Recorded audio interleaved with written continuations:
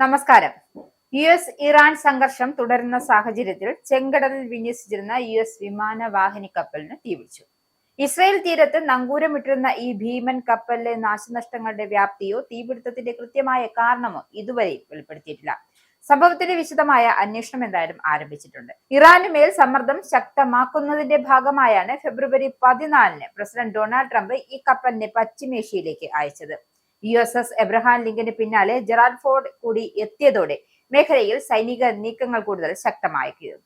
എന്തായാലും ഏകദേശം $13.3 ബില്യൺ ചെലവിട്ട് നിർമ്മിച്ച ഈ കപ്പൽ കേവലം ഒരു യുദ്ധക്കപ്പലല്ല, മറിച്ച് കടലിലൂടെ സഞ്ചരിക്കുന്ന ഒരു സമ്പൂർണ്ണ വ്യോമതാവളം തന്നെയാണ്. നിമിറ്റ്സ് ക്ലാസ് കപ്പലുകൾക്ക് പകരക്കാരനായി എത്തുന്ന ഫോർഡ് ക്ലാസിലെ ആദ്യ കപ്പൽ കൂടിയായിരുന്നു ഇത്. 1,00,000 ടണ്ണിലധികം ഭാരവും 337 മീറ്റർ നീളവുമുള്ള ഈ ഭീമൻ കപ്പലിന് റഡാറുകളിൽ പെടാതിരിക്കാനുള്ള സ്റ്റെൽത്ത് സാങ്കേതിക വിദ്യയുടെ സഹായവുമുണ്ട്. ജെറാൾഡ് ആർഫോർഡിനെ മുൻഗാമികളിൽ നിന്നും വ്യത്യസ്തമാക്കുന്നതും ഇതിലെ വിപ്ലവകരമായ സാങ്കേതിക വിദ്യകൾ തന്നെയായിരുന്നു. ഇതിലെ ഏറ്റവും പ്രധാനം electronic magnetic aircraft launching system ആയിരുന്നു. പരമ്പരാഗത വിമാനവാഹിനി കപ്പലുകളിൽ നീരാവി ഉപയോഗിച്ചുള്ള വിക്ഷേപണ രീതിയാണ് എങ്കിൽ ഇവിടെ കാന്തിക ശക്തി ഉപയോഗിച്ചാണ് വിമാനങ്ങളെ പറന്നുവരാൻ സഹായിക്കുന്നത്.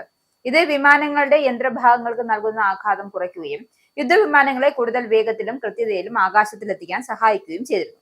നിമിറ്റ്സ് ക്ലാസ് കപ്പലുകളേക്കാൾ 33% അധികം സോർട്ടി റേറ്റുകൾ കൈവരിക്കാൻ ഈ സംവിധാനത്തിലൂടെ ഫോർഡിന് സാധിച്ചു. എന്തായാലും നേരത്തെ വെനസ്വേലൻ പ്രസിഡന്റ് നിക്കോളാസ് മദുറോയെ പിടികൂടാനുള്ള ദൗത്യത്തിൽ ഈ കപ്പൽ നിർണായകമായ പങ്ക് വഹിച്ചിരുന്നു. ഒരേ സമയം 60 യുദ്ധവിമാനങ്ങൾ ഉൾപ്പെടെ 75 വിമാനങ്ങളെ വഹിക്കാൻ ശേഷിയുള്ള ലോകത്തിലെ ഏറ്റവും വലിയ വിമാനവാഹിനി കപ്പലുകളിൽ ഒന്നുകൂടിയാണ് USS ജെറാൾഡ് ആർഫോർഡ്.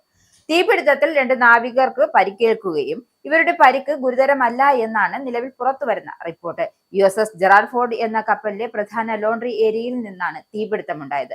സംഭവത്തിൽ യുദ്ധവുമായി ബന്ധമില്ല എന്നാണ് സ്ഥാപിച്ചെടുക്കാൻ US സേന ശ്രമിക്കുന്നത്. കപ്പലിന്റെ പ്രൊപ്പോഷണൽ പ്ലാന്റിലെ കേടുപാടുകൾ സംഭവിച്ചിട്ടില്ല എന്നും US സൈന്യം വ്യക്തമാക്കുന്നുണ്ട്. നിലവിൽ തീ നിയന്ത്രണ വിധേയമെന്നാണ് പുറത്തുവരുന്ന റിപ്പോർട്ട്.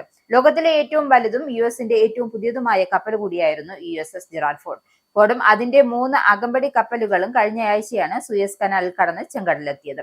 US-ഇസ്രായേൽ സംയുക്ത ഓപ്പറേഷൻ എപ്പിക് ഫ്യൂറിയിൽ പങ്കെടുക്കാനാണ് കപ്പൽ ചെങ്കടലിലെത്തിയത്. അതിനിടയിൽ ഹോർമുസ് കടലിടുക്ക് കടക്കാൻ കപ്പലുകൾക്ക് സുരക്ഷയൊരുക്കാമെന്ന പ്രഖ്യാപനത്തിൽ നിന്നും US പിൻവാങ്ങിയിരിക്കുകയാണ്.